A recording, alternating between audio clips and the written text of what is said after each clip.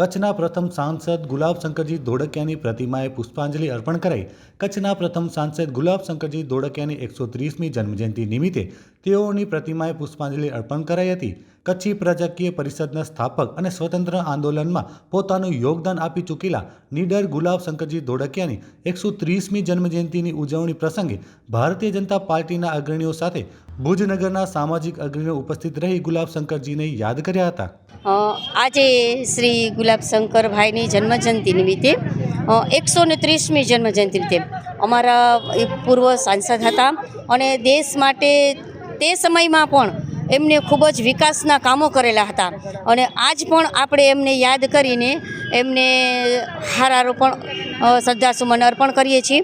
આજે અમારા સૌ સંગઠનના હોદ્દેદારોશ્રીઓ, સૌ કાઉન્સિલર ભાઈ બહેનો, મહિલા મોરચાના બહેનો સૌ સાથે મળી અને એમના સાથે પરિવારજનો પણ આજે સૌ અમે સાથે મળી અને એમને હારારોપણ અર્પણ કર્યું છે।